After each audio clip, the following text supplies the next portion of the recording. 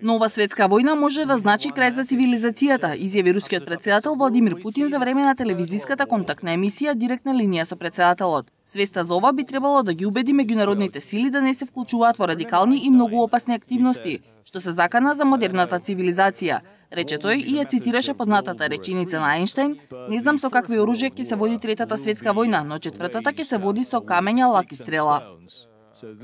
Немаше глобални судири, бидејќи во светот има стратешка рамнотежа. Колку и да звучи непријатно, стравот од меѓусебно уништување ги спречувал и присилувал воените сили меѓусебно да се почитуваат. За Русија е јасно дека мора да ги заштити своите интереси во безбедност и економијата, и тоа постојано да го прави без груби и необични методи. Путин оцени дека американските акции како едностранното повлекување од договорот за антибалистички ракети се само обид за нарушување на стратешката рамнотежа.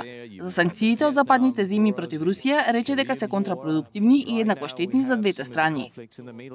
Никој не треба да одвраќа никого, вклучувајќи ја Русија, туку напротив, треба да развиваат конструктивна соработка што ќе биде од корист за сите, и западните земји постепено се свестуваат за ова.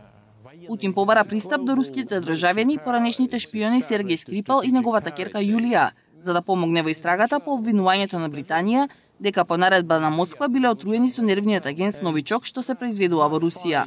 Да беше како што инсистира Британија, дека воен хемиски агент бил употребен против нив.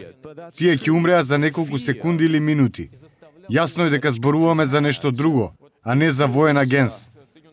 За традиционалните 16 годишни прашања и одговори на рускиот претседател пристигнале речиси 2 милиони прашања. Годинава немаше публика во студиото, а прашањата се поставуваа преку интерактивни екрани, главно на теми од внатрешната политика како здравството и економијата. Но рускиот лидер често ги коментира и светските настани. Првиот ваков настан Путин го одржа во 2001 година, а најдолгото од сите интервјуа траеше 4 часа и 47 минути.